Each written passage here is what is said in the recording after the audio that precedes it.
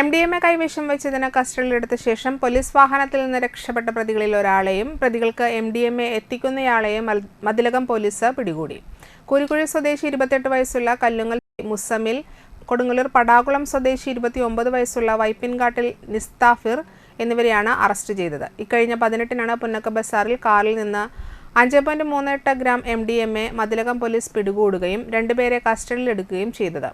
ഇവരെ വാഹനത്തിൽ സ്റ്റേഷനിലെത്തിക്കുന്ന നേരം ഇരുവരും വാഹനത്തിന്റെ ഡോർ തുറന്ന് ഓടി രക്ഷപ്പെടുകയായിരുന്നു.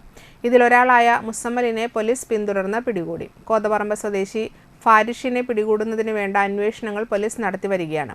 തുടർന്ന് ഈ കേസിന്റെ അന്വേഷണം നടത്തിയതിൽ പ്രതികൾക്ക് MDMA നൽകിയ നിസ്താഫിറിനെയും പോലീസ് അറസ്റ്റ് ചെയ്തു. നിസ്താഫിർ കൊടുങ്ങല്ലൂർ പോലീസ് സ്റ്റേഷനിലെ NDPS കേസിലെയും കയ്പമംഗലം പോലീസ് സ്റ്റേഷനിലെ പോക്സോ കേസിലെയും പ്രതിയാണ്. Mathilakam police station inspector MK Shaji, sub ഇൻസ്പെക്ടർമാരായ Ramya Karthikeyan, Muhammad Rafi, Riji Sahad, special branch sub inspector Ashraf, assistant sub ഇൻസ്പെക്ടർമാരായ പ്രജീഷ്, സിവിൽ പോലീസ് ഓഫീസർമാരായ ഷിഹാബ്, വിപിൻ ദാസ്, ആന്റണി, ഷനിൽ എന്നിവരാണ് അന്വേഷണ സംഘത്തിലുണ്ടായിരുന്നത്.